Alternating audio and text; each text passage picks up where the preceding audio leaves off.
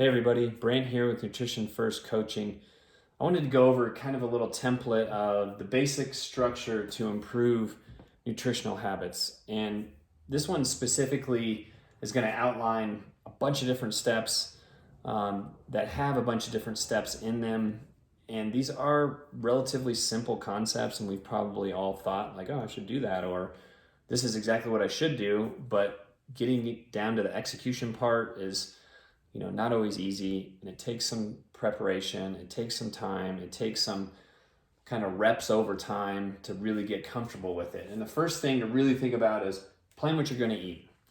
This is a big one to where I'm surprised how many people I talk to and they're like, oh, I didn't even think of what I was going to have for lunch until it was 12 o'clock and I was really hungry.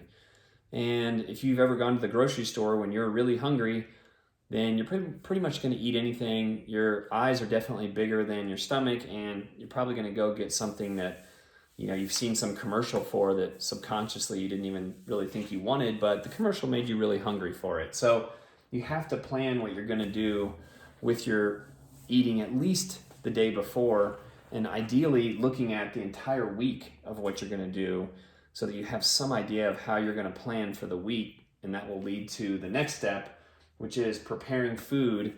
And I say anywhere from 1 to 3 times a week. We, in our house, tend to do it twice a week, like a Sunday, Wednesday kind of thing. And then maybe a little in between here to do a little bit of prep on different things. But what you're thinking of is taking, 45 minutes to maybe an hour and a half, and you're going to be preparing a bunch of different proteins, or one large amount of proteins. You're doing a bunch of veggies, you're cutting things up, you're putting things in containers. If you're counting macros, you're weighing and measuring, and then hopefully just dividing that and putting it in different containers so that it's just ready to go. But this prep time in taking one big block and doing it, whether it's a couple people doing it or you get the whole family involved, it's going to make the week run so much smoother, and you're going to avoid the temptation of, oh, I have nothing in the fridge as you're driving home, so I'm just going to go through the drive-through and get some kind of crappy food. If you're going to go out to eat, which is fine, and we're starting to be able to go out to eat again, make it something you plan to do to go out to eat, not you have to do because you didn't have anything else planned and now you have no choice.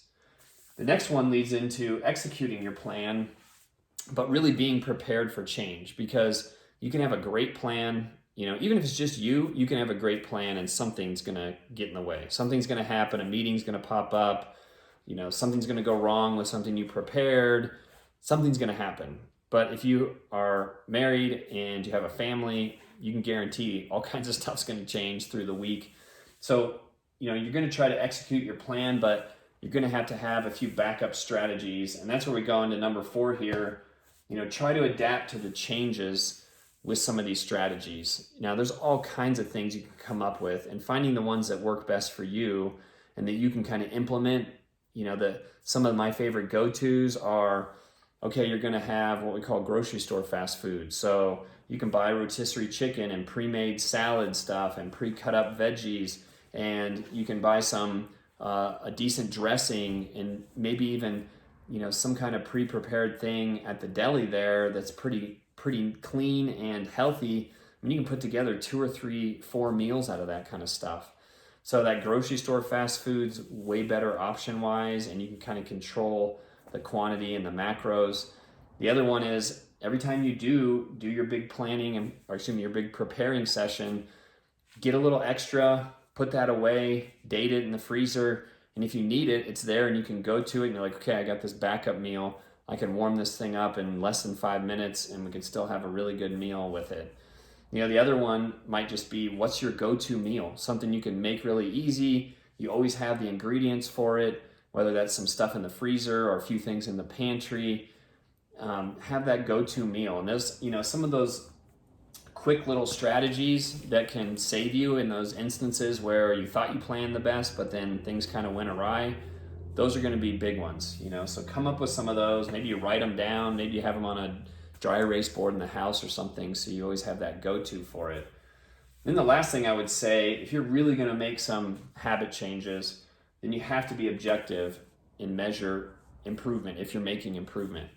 If you're not measuring something and you're just guessing, and maybe you weigh yourself a few times a week and then you're like, I don't know, I think I'm losing weight, but I was different last week, but I hadn't written it down. Maybe these clothes fit different, but you don't really have several objective data points. That's where getting some kind of bioimpedance readout, in-body scan can be helpful. Take some photos, set a date in your calendar so that pops up every month, and you can take some photos with the same light and the same time of day, same clothing on. Weigh yourself every morning and start looking at those averages over time.